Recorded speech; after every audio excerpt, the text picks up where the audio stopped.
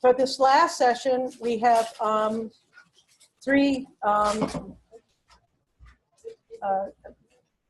research groups, three individual research groups that are trying to take methods of egocentric vision and the measuring of real-time behavior at a dense time scale as a way to have a deeper understanding of atypical development and atypical trajectories. And so we're going to begin with Michael Gaffrey, who is an assistant professor of psychiatry at Washington University in St. Louis.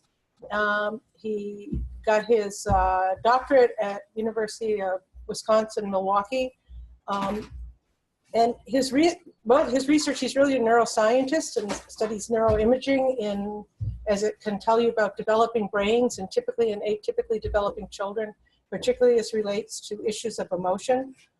But as part of this work and as part of his clinic with children with autism, he has become deeply interested in how the trajectory of development gets built over time and how the real-time interactions of parents and their children with autism unfold in time and how that might matter to the building of that trajectory. Great. Thank you. Very kind. So first, thanks for inviting me to be here. It's been a whirlwind of a day, hearing about new things and approaches that, frankly, as somebody who's clinically trained and works within a department of psychiatry would not necessarily be out of reach for me, but certainly isn't something that's in my day-to-day operations, whether it be ground rounds or any other venue. But it's been deeply stimulating in terms of thinking about the issues that are meaningful for us as we think about the applications in the clinic. To see this idea of a micro level of detail, this deep dive into a number of these questions that all of you are really digging into, and using what I think really reflects how technology dependent our science is, the new approaches to really getting into that data, mining it, and finding interesting patterns that can tell us something meaningful. And that's really where my sort of nexus is, as somebody who's interested in preventive intervention. Trying to look at atypical development, but identify it early, and identify it in a way that's meaningful so we can predict from it, but also use that information to intervene. So rather than getting to an endpoint where we end up with a diagnosis, recognizing a child who's on their way there potentially, and doing something about it before we get to that end state. So as Linda mentioned, I run what's called the Early Preventive Intervention Clinic at Washington University, and a large part of that work is based on neuroimaging in preschoolers, 4, 5, and 6-year-olds who are at increased risk for depression.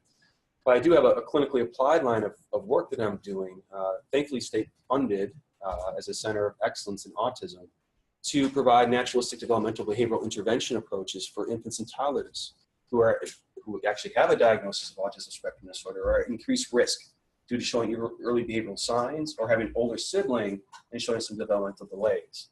So my work is really sort of focused on that right now in that line of research and kind of building it out. Because frankly, we have a lot that we understand, a lot that we know that can help families and help these infants and toddlers. But there's really this sort of general sense of constructive dissatisfaction.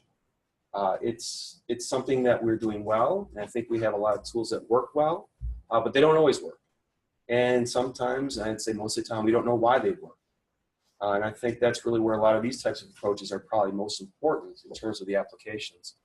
So I'll just briefly talk a little bit about joint engagement and development. I'm not going to belabor that in this room. ASD and joint engagement, the idea of what's called a parent-mediated intervention in ASD, the potential application of diet kinematic eye tracking is a tool to understand mechanisms of change as we think about early preventive intervention. And then there's some future directions that I've been toying with and thinking with in terms of Chen and Linda and some others about where this type of application can go. Newsflash, joint engagement is important for development. I don't have to tell anybody that in this room. This is no new news. It obviously lays a critical foundation in terms of the interaction between an infant and a toddler and their sensitive caregiver. That's important for brain development and all the things associated with that, including communication, cognition, and play. Now, there have been some steps to break down the idea of engagement, and a lot of this work has been done by Adamson and colleagues, actually, I think at Georgia Tech. Georgia State. I'm sorry, yes, Georgia State, thank you. Doing some really interesting work over the years, breaking down the idea of engagement and how we can look at engagement in terms of different states. And some of these states are really dependent upon whether or not they're jointly engaged or not. So we can think about something on the one end where there's unengaged. An infant or a child is not engaged with anything, kind of sitting there, if you will. Think in terms of autism, potentially a child who's sitting there They may be engaged with themselves, doing repetitive or restrictive movements or some sort of thing like that. Then we can move forward to where they're watching people who are engaged, watching another individual or actor engaged with something, all the way up to what's called coordinated joint engagement, where they're interacting with somebody, so around a toy. So for instance, they're playing with a shape sorter of some sort. And as they're playing with that shape sorter, they're also acknowledging the actions of the other person that's partnering with them in that engagement. So we can think about eye contact, looking to the face, looking to the hands, making a vocal recognition of that person's actions. And just down the step down from that is the idea of supported joint engagement, meaning that they are actively engaged around the object together with another caregiver, let's say, or important person that they're interacting with. And there isn't necessarily an explicit acknowledgement of that partner. There's some interaction going on, but there's an explicit acknowledgement of looking to the partner, recognizing the partner's bids, etc. This has been broken down a little bit further by some folks recently in terms of the idea of how we can think about supported joint engagement a little bit more deeply. And thinking about the idea of lower order joint engagement versus higher order joint engagement. Lower order joint engagement, and I'll show an example of this later, is you can think about the infant or toddler maybe playing with beans or beads, and there's a bucket and they're putting them in there. And they're kind of, caregivers there interacting with them, trying to put the beads and beans in as well. But they're not really acknowledging there's turns there, that there's any sort of interaction taking place. They're just kind of putting the beads or beans into the bin. Doesn't really matter what the caregiver is doing, even if they're trying to get involved with it. On the other end of that, if you think about higher order supported joint engagement, we can think about that they're recognizing that there may be turn taking place there.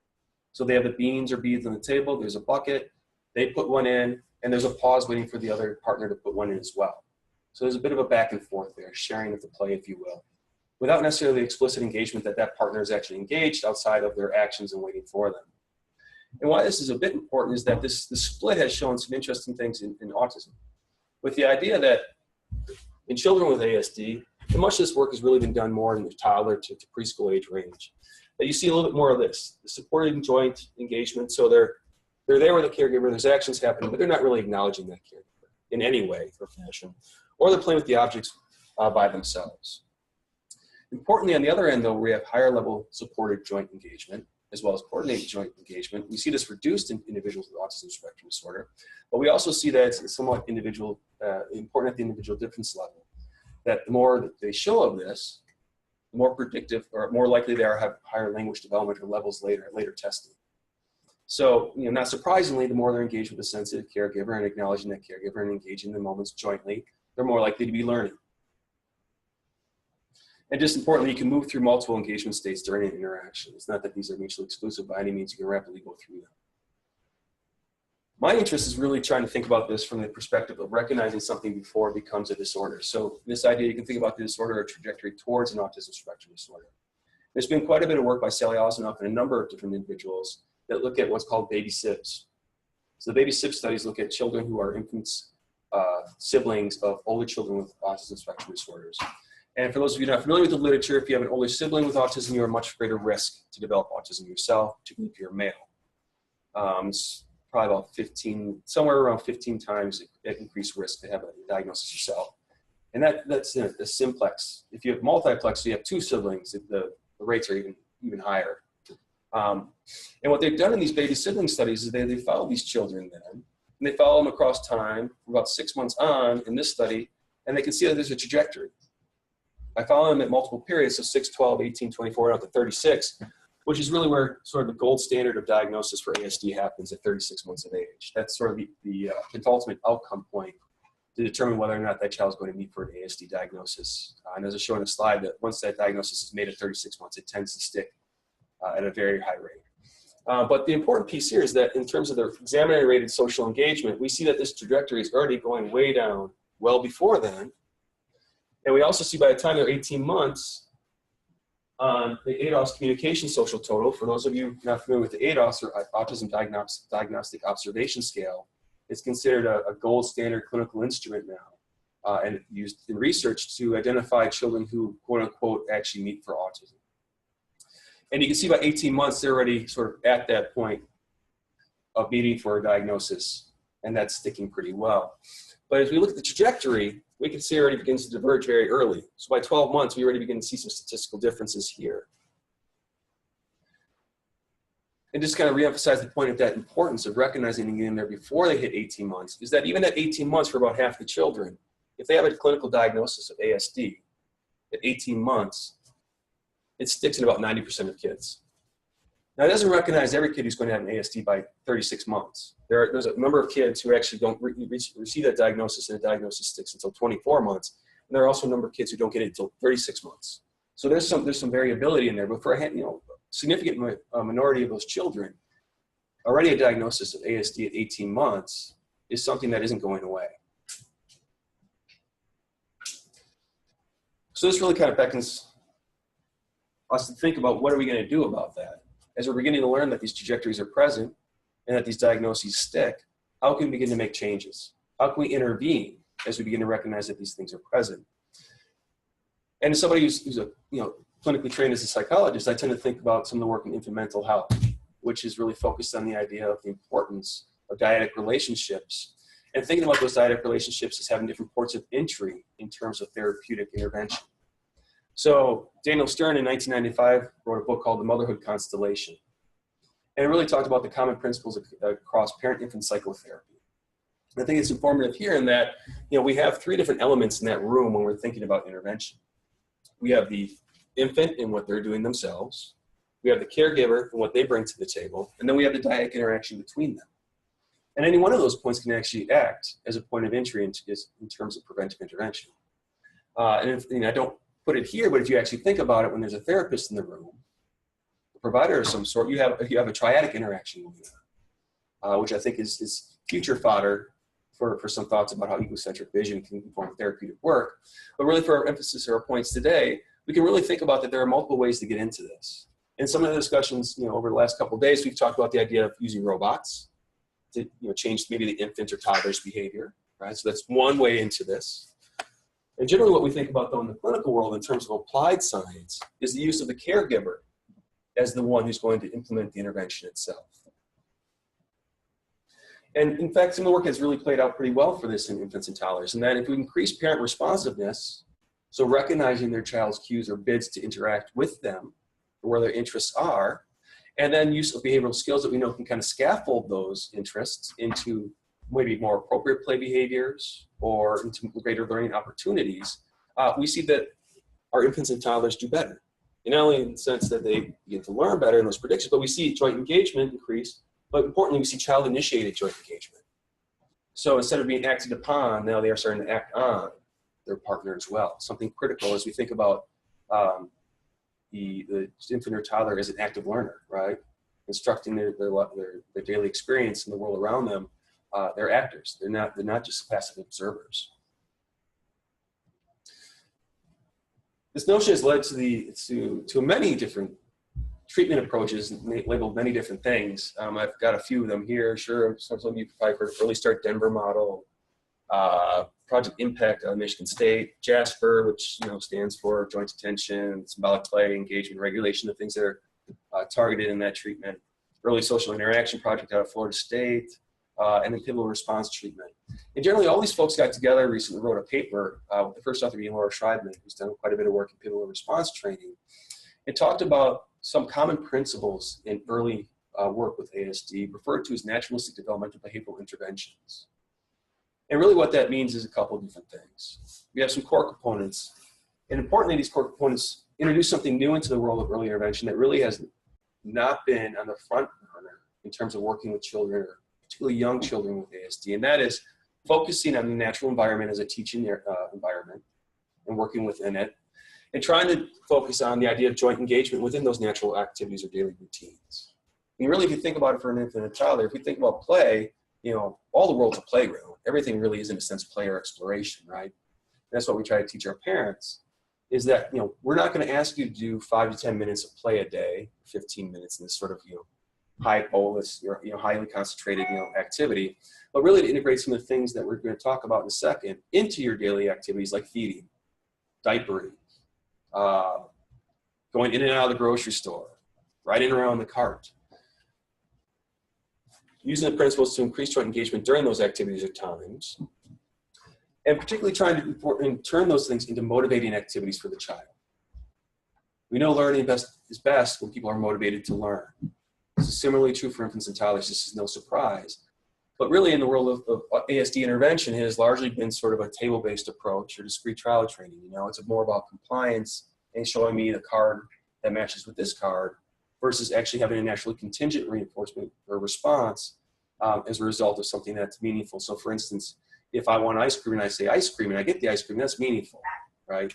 If I match a card to one other card, so for a red card to a blue card and I get ice cream, the relationship between those two things really isn't in kind. Ice cream has nothing to do with the red or blue card, right? But if we can bring into so these natural sort of reinforcing elements into the daily life, we see greater learning happen.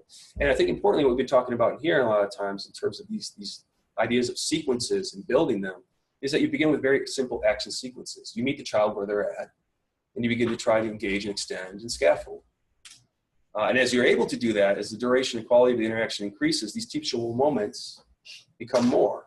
As a result of those teachable moments, you're able to target things like joint attention, imitation, and language. We do something very we do a naturalistic developmental behavioral intervention. I'm loath to give it any kind of name because I really think these practices or procedures are not something that is necessarily akin to a package, but really things that you do that you know are best practice based on the science. And really we talk about various things that are important in terms of following your child's lead. And we give parents simple acronyms to remember it. Love it when you play with your child.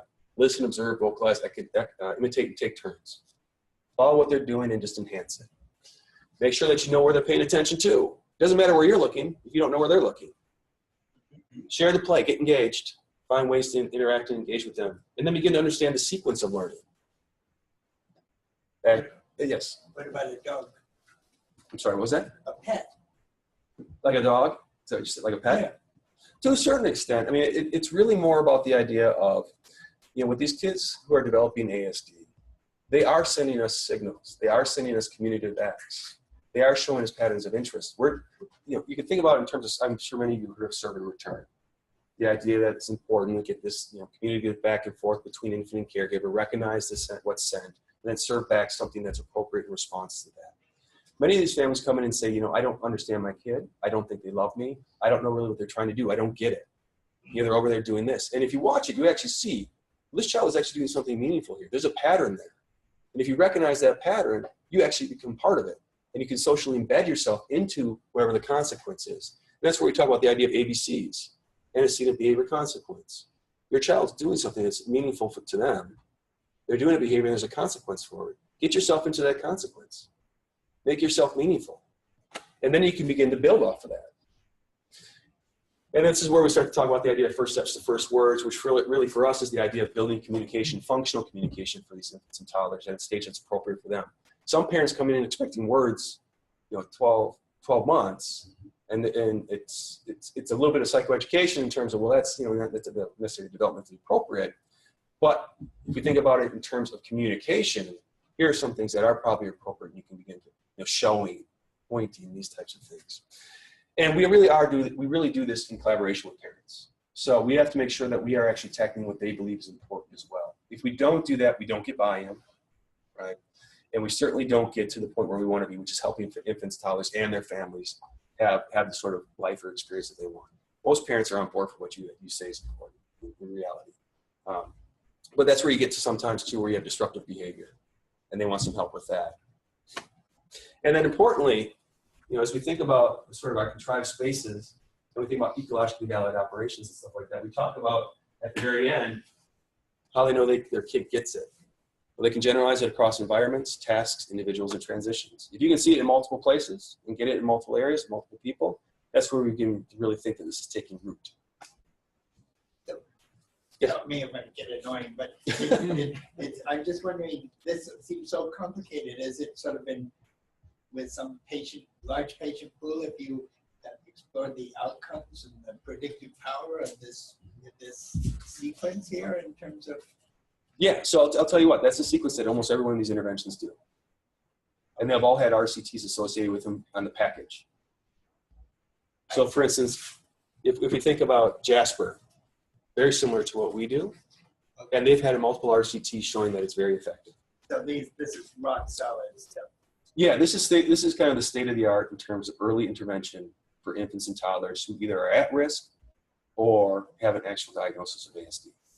So the practices and principles underneath these packaged names are pretty rock solid. And that's why I'm saying now it's referred to as naturalistic developmental behavioral interventions, and these common principles. We know these are common principles that are likely the active ingredients of all these interventions. And some will say that they focus on one element more to another, but in reality, they all tag together on the same thing. So there's quite a number of RCTs out there that show a significant effect, these interventions. And if the step's not working, if you're not meeting a milestone, what happens? So if you're not meeting something like I'm this, stuck at week 4. yeah, well, we don't move then. We stay with you until you get it.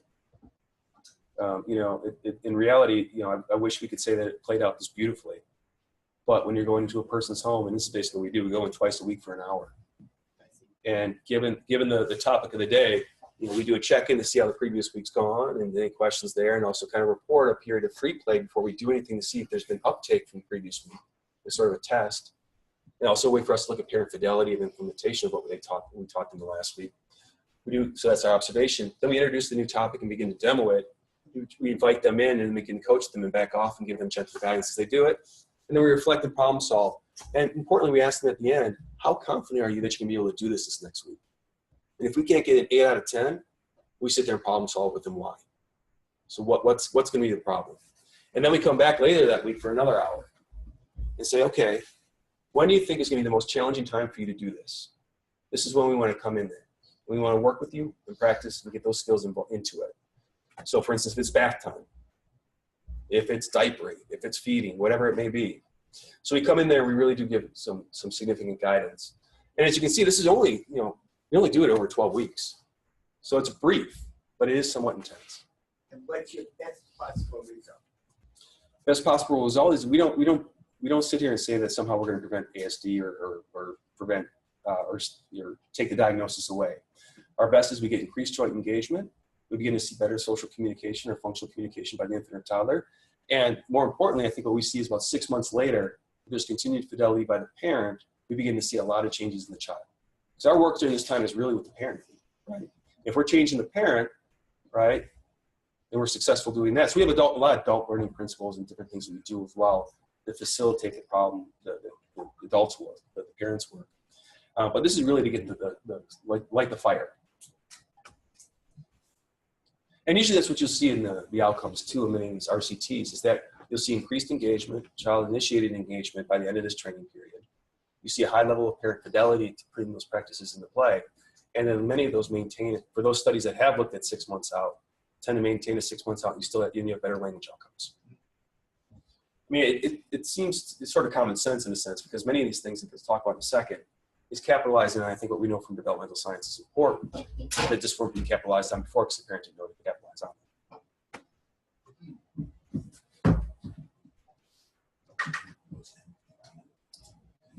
Naturalistic developmental behavioral intervention.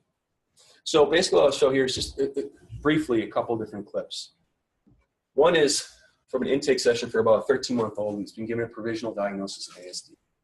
And much of the play is object engaged or this sort of lower order social joint engagement.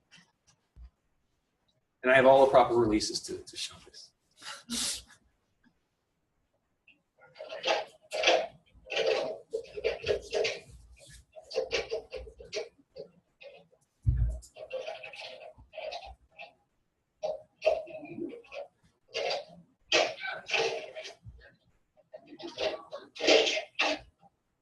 The mom? That's the mom, yeah.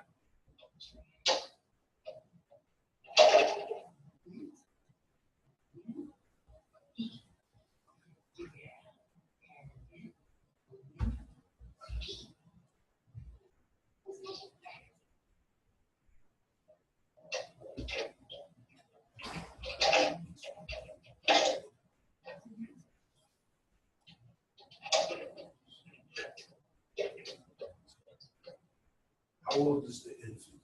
About I think 13 months here.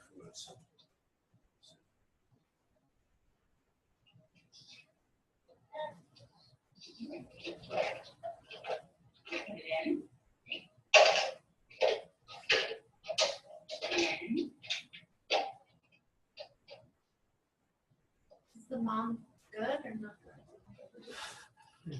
So I would say that in this case, for actually a lot of the families we see, this mom is pretty good. Although, you know, obviously we bring them into a highly contrived situation. Everybody's watching them so that, you know, again, when we talk about the idea of how real this is, you know, we're trying to get at the beginning and end of this. So we actually do this exact same thing at the end again and see the changes. I'm always disappointed by the actual setup, to be honest. Because then we go in the home and look, this is after about 5 weeks. Same diet. Same diet.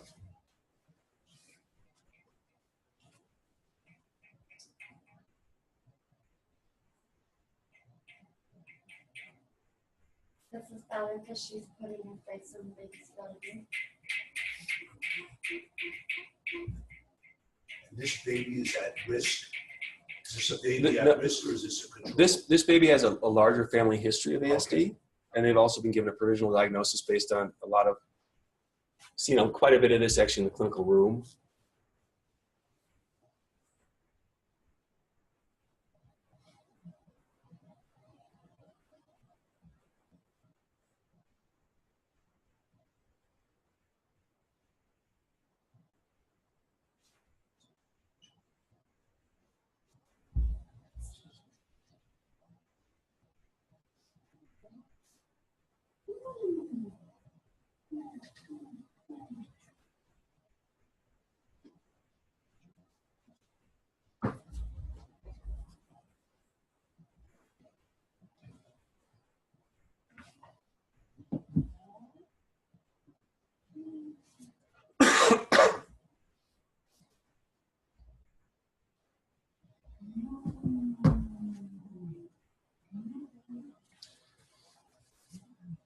So I hope you can see a little bit of the difference that's happening there in terms of both.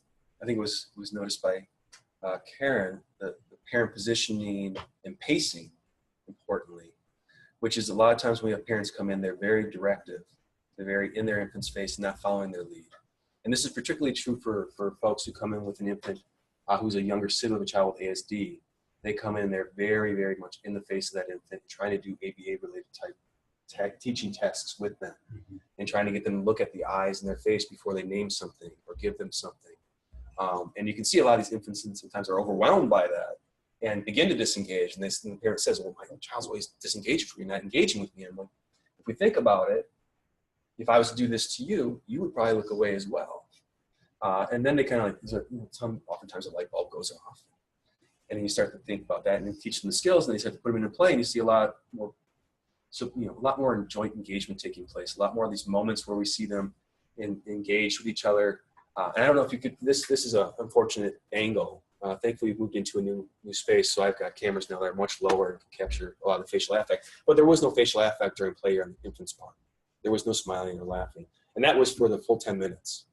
I mean, a lot of the 10 minutes looked like this. Here, I mean, you can see it ends on a smile. There's a lot of smiling, there's positive affect being shared between the two partners as they're recognizing and kind of engaging together.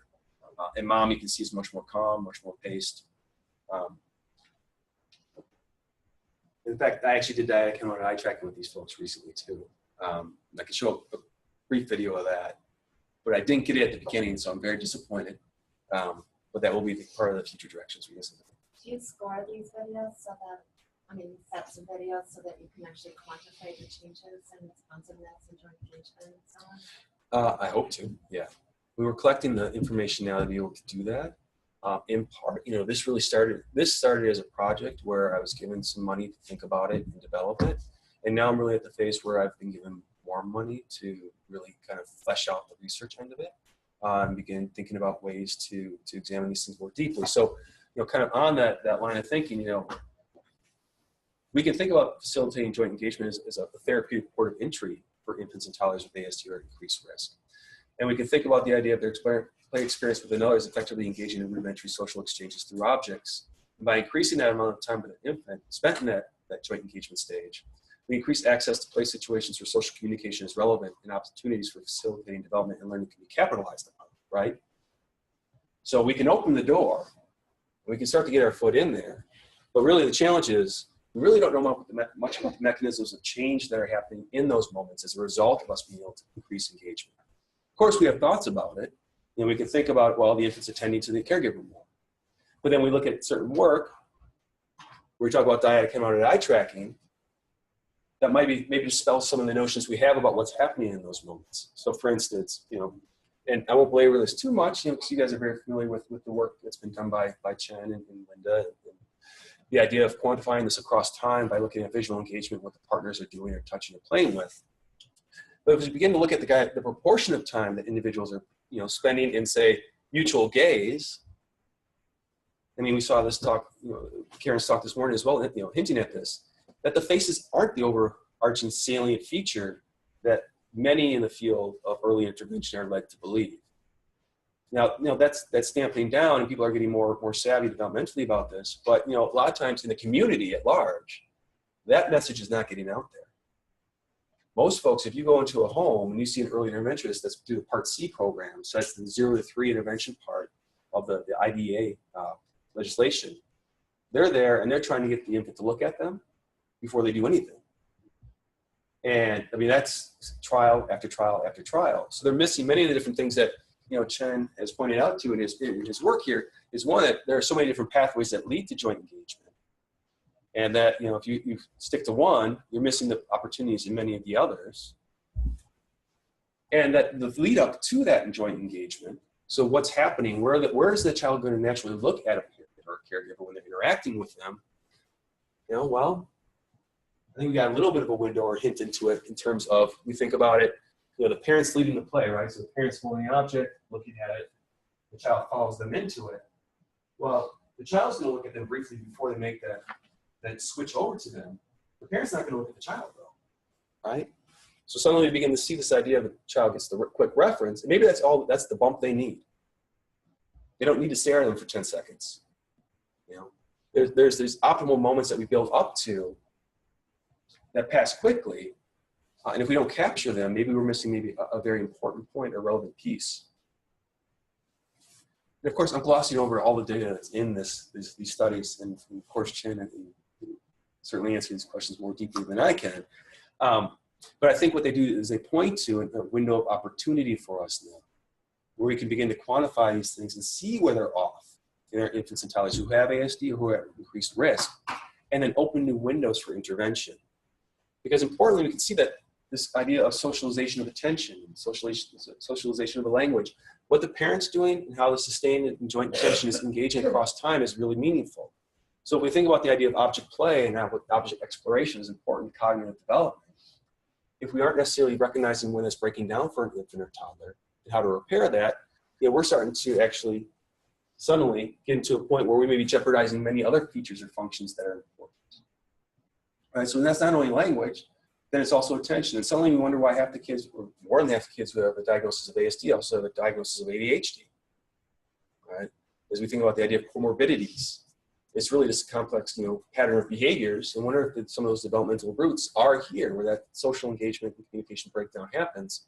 And other things that are facilitated by that are also compromised as a result. And long story short, you know, the longer that a caregiver jointly engages with an infant or toddler at play and then breaks away, the longer that infant or toddler is going to continue to sustain their attention or engagement with that activity or object. So other work that they've done using head-mounted cameras, just I think importantly points to something here that we don't always think about, is that where is the child looking during a successful naming event?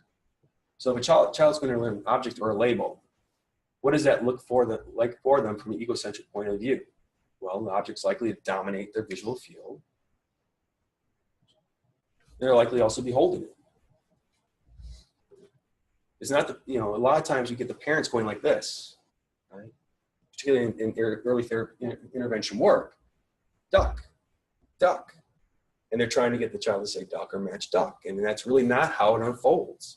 So if we can find these types of windows and make them very salient, as this work does, and use this to inform our intervention approaches, and most importantly, bring those intervention approaches into the work, into this work, and say, hey, look, we know this, and now we can point to this in our work here.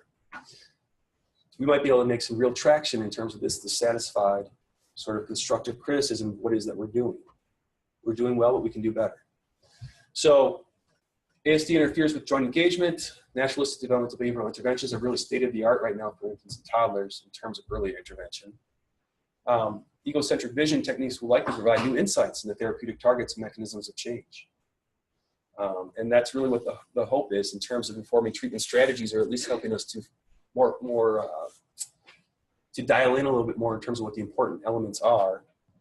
Progress and outcome, of course, but also find paths that are synergistic. So if one pathway is showing areas of difficulty or showing some sort of level of difficulty, are there other strengths that we can capitalize upon to bolster that one? Or do a roundabout it and find other ways to get language to develop, because language is the best predictor we have of later outcome for kids with autism. If they have language by 2, just about 3, they're generally going to be in that higher functioning area as they move forward. So language and those kinds of things are critically important. So currently using, and this is an unfortunate acronym that has been used in my lab group now, and everyone says damn it. So in the damn it study, sometimes you do say that when you're trying to put the caps on kids, and I say that jokingly, of course. I never say damn it around a parent. We're using this in 12 to 24-month-olds who either have a diagnosis of ASD or are at increased risk of having an older sibling. And recently now, given that we've kind of finalized what our treatment approach looks like, we've written up the manual and are refining that as well, and have started to really kind of get the rhythm and actually some really nice preliminary data showing nice outcomes for these infants and toddlers as well. Planning to launch the pilot RCT.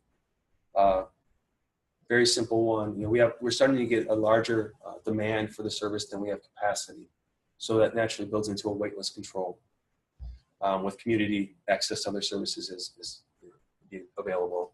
And using some of these eye tracking techniques, particularly in collaboration with Chen and Linda, the idea of diachemotic eye tracking as a window in, and try and actually see a little bit of the parallels between that and some of the other more commonplace eye tracking techniques used with screens.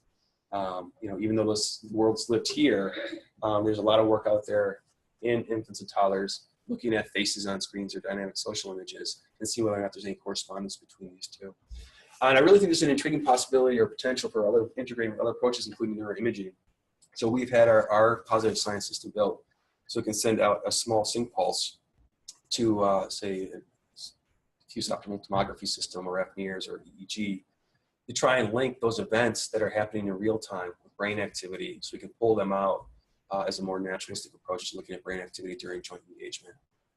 That is, of course, out there and something that we're very interested in doing, and I think is a real possibility, but certainly something that we consider a future approach. So again, I appreciate the opportunity to kind of throw this macro level view out here, take this 10,000-foot view with you, because frankly, that's where I live. And to see the opportunity to bring a lot of these different types of approaches in is really exciting. And I'm really excited to hear what all of you think about. I know I've heard some on our walk here this morning a little bit about the challenges inherent in this population, but I'm really interested in hearing what other people's thoughts are in terms of bringing some of these approaches to this type of work. So thank you.